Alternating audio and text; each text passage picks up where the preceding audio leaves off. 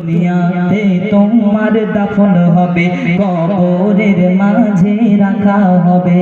তারপর আমরা আজকালকার জামানায় দেখলে দেখা যায় ফেসবুক ইউটিউবের জামানা, তাই না? ফেসবুক ইউটিউবের জামানা।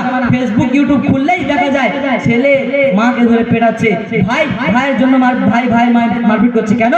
কারণ 1.5 বিঘা জায়গার জন্য মারপিট করছে।